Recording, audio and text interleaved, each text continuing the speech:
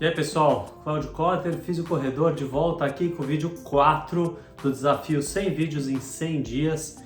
E hoje eu vou falar sobre quais são os fatores de risco para lesão, principalmente nos esportes, mas serve para qualquer pessoa. A diferença é que no esporte a gente acaba se expondo mais, mas na realidade o que gera risco para uma pessoa comum ter uma lesão são os fatores são os mesmos, só a diferença é a intensidade com que precisa acontecer o evento para que aconteça a lesão, porque geralmente o esportista está mais bem preparado, o corpo dele está mais bem preparado, então a chance dele se machucar no dia a dia diminui, mas como ele se expõe mais a cargas aumentadas de estresse no corpo dele, é lógico que o esportista vai acabar tendo mais risco de lesão no esporte em si e não na vida, no dia a dia, na rotina, porque para a vida o corpo dele está super bem preparado. Então a diferença basicamente é essa, mas os fatores são muito parecidos. Eu gosto de ter essa visão mais aberta da coisa, porque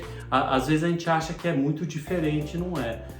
Quando a gente fala, eu sempre falo que rigidez no corpo, né, essa perda de mobilidade, não ter uma boa estabilidade, não ter um bom equilíbrio do corpo, não ter um bom equilíbrio entre os músculos do corpo, são fatores de risco para qualquer pessoa, desde uma pessoa sedentária até uma pessoa que é um esportista de alto nível, desde uma criança até um idoso, não importa a idade. O que vai acontecer é que de pessoa para pessoa vai variar com que intensidade cada um desses fatores vai influenciar para essa pessoa ter uma lesão. Para algumas pessoas que têm articulações mais móveis, provavelmente ela vai tender a ter lesões que são decorrentes de instabilidade. Por quê? Porque ela tem um corpo muito flexível, ela acumula menos rigidez no corpo, então o corpo dela vai sofrer mais com instabilidade, então vai ser mais comum luxações, entorses, lesões são mais características desse tipo de pessoa. Uma pessoa que acumula mais rigidez no corpo, que tem menos amplitude de movimento, o braço nem estica até o final, o joelho é meio travadinho, não dobra a coluna, geralmente esse tipo de pessoa vai ter maior risco de ter lesões por essa rigidez. São lesões por falta de mobilidade. Vai ser muito mais comum que essa pessoa tenha, por exemplo, tendinopatias, que são lesões que acontecem por essa tração excessiva do músculo sobre o tendão. Essas pessoas podem ter maior chance de ter uma lesão muscular, porque tem mais rigidez muscular acumulada. Então, assim, esses são os fatores mais comuns que a gente pode falar de uma forma bem abrangente, que serve para qualquer pessoa. Quando a gente fala de uma forma mais específica, principalmente pro esportista, a gente pode teoricamente achar que, por exemplo, pessoas que tenham o joelho para dentro podem se machucar mais, pessoas que fazem mais pronação do pé.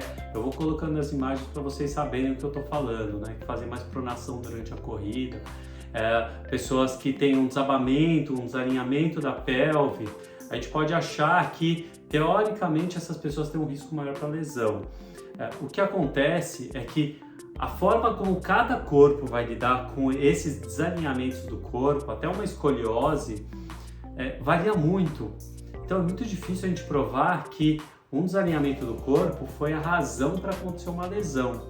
O que pode acontecer é que pessoas que têm esses desalinhamentos de ajuste postural durante a movimentação ou mesmo na estática, o que pode acontecer para essas pessoas que têm essa dificuldade maior de ajuste dinâmico ou estático do corpo, é que naturalmente o corpo vai ser mais exigido durante o movimento, mas não quer dizer que isso vai gerar uma lesão, porque um corpo bem treinado ele vai suportar esses desalinhamentos durante o movimento e vai se adequar a isso.